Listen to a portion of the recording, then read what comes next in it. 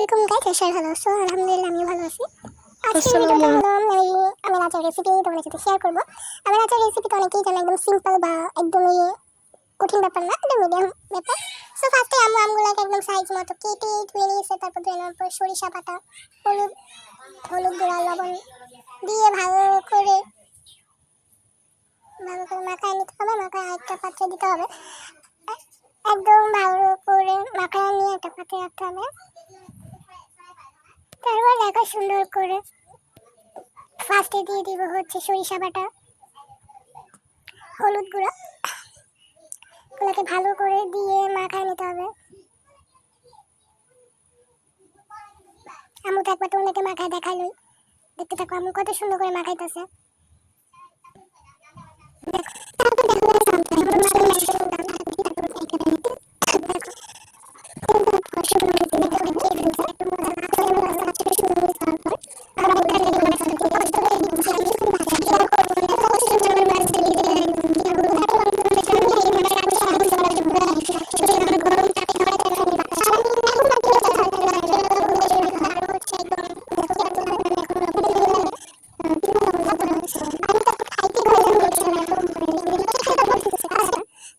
খেতে পারবো না। দেখো মামা একদম ভালো করে নাড়াচাড়া দিয়ে দিচ্ছে সুন্দর করে।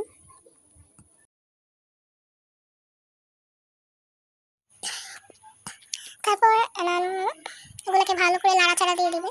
আচ্ছা, নাড়াচাড়া না দিলে এটা মিষ্টি কীভাবে? সো একদম ভালোভাবে নাড়াচাড়া দিয়ে মিক্স করে নিতে হবে তেল দিয়ে।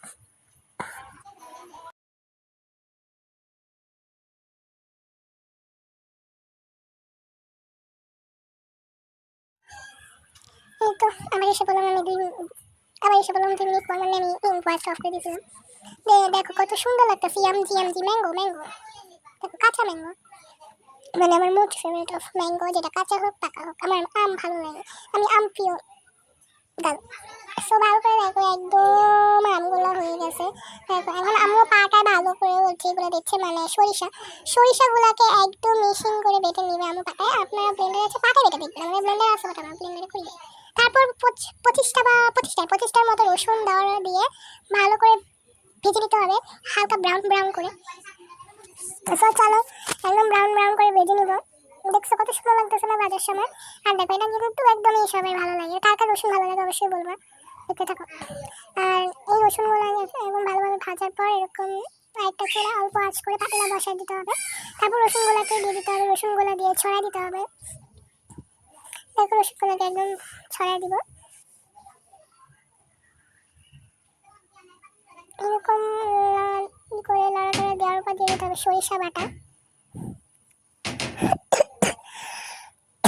তারপর সরিষা বাটাগুলোকে ভালো করে মিক্স করে নিতে হবে। কত সুন্দর করে মিক্স করে নিব। আর আমি যে সরিষাটা, ওটা হচ্ছে অস্থির লাগে, সরিষা খেলে সব কিছু ভালো থাকে। তারপর সরিষাটা দেওয়ার পর দিয়ে দেবে হচ্ছে গরম মশলা, একদম ভালো করে মশলা দিয়ে হচ্ছে করে দিতে হবে।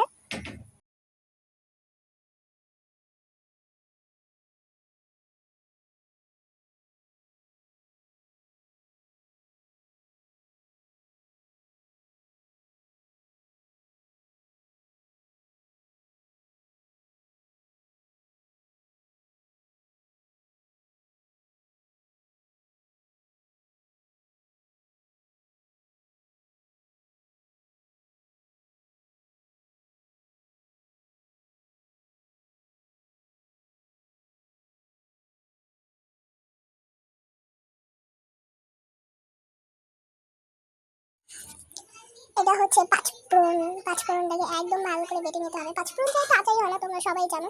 সো পাঁচফোড়ন দেওয়ার পর আরো ভালো করে নাড়াচাড়া দিতে হবে। এইটা আমাদের আমের আচার একদম তৈরি, মানে শেষে দিকে। এই দেখো আমাদের আমের আচার একদম শেষে দিকে। আমি এই পর্যায়ে একটু লবণ দিয়ে দিল, 3বার লবণ দিয়েছে আম্মু। দেখো আম্মু কত সুন্দর করে লবণ দিচ্ছে। তারপর আম্মু দিয়ে দিল চিনি পরিমাণ মতো, বেশি চিনি দিলে মজা লাগবে না, চিনিটা পরিমাণ মতো দিতে হবে। আমি একদমই পরিমাণ মতো দিয়ে দিছে।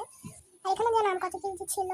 8-9 কেজি। হ্যাঁ, সো ভালো করে লাড়া দিতে হবে একদম সুন্দর করে, লাড়া দাও, যেমনি লাড়া দাও, আলতো হাতে দিতে হবে লাড়াটা। সো দেখো কত সুন্দর হয়ে গেছে আমাদের আমের আচার, মানে ইয়ামচি আমের আচার। কারা কারা আমি আচার খেতে চাও আমার বাসায় এসে পড়ো, আমি আচার রেডি আছে, আসলে তোমাদেরকে একটু একটু করে খাও। আমার জন্য সবাই একটু দোয়া করবো, আমি তাদের সুস্থ হয়ে যাই। আগে দেখো আমার আচার একদম, পরে আম্মু অফকোর্স তেল দিচ্ছে, আম্মু কিন্তু এখনো কয়টা দিচ্ছে রসুন, এখনো 15 থেকে 16টা রসুন দিছে। একদম দেখো তেল আম্মু আরো পরে আরো ঢেলে দিছে, মানে বেশি করে তেল দিছে, এখন তো তেলটা দেখা যাচ্ছে না। তারপর আম্মু তারপর আরো বেশি তেল দিছে, যে তাজা তেল দেওয়া ছিল, তারপর আম্মু আবার তেল দিছে। আর আম্মু কিন্তু বোম্বাই মরিচও দিছে আচারে, এই তো এসে পড়ছে বোম্বাই মরিচ, দেখো আমরা এখন দিয়ে দিচ্ছে কুচি কুচি করে বোম্বাই মরিচ। তো এই তো আমাদের আমের আচার রেডি, দেখেছো আমাদের আমের আচার রেডি কেমন হচ্ছে না। আর এই তো এখন আমি হচ্ছে স্কুল থেকে আসছিলাম, সেদিন স্কুল থেকে এসে হচ্ছে এখন খাওয়া দাওয়া একটুখানি আমের আচারটাকে ট্রাই করতেছি, এত মজা হয়েছে আমের আচার। আমার বোনকে ট্রাই করতেছি, এত মজা আমের আচার। Ignore for my background sound please, সবাই ইগনোর করে, আওয়াজ তো হবে যেটা বয়ে দিতেছি। তো চলো, মানে অসাধারণ একটা আমের আচার, যেটা আমি এখনো জ্বরে তো তার জন্য খেতে পারতেছি একটু, জল না থাকলে হয়তো আমি একটা এক বাটি শেষ করতাম, বলে ইয়ামজি, এত মজা এত মজা, কি বলবো। স্কুল থেকে আমি যেদিন আসছি ওদিন রাত থেকে আমার শরীরটা একদম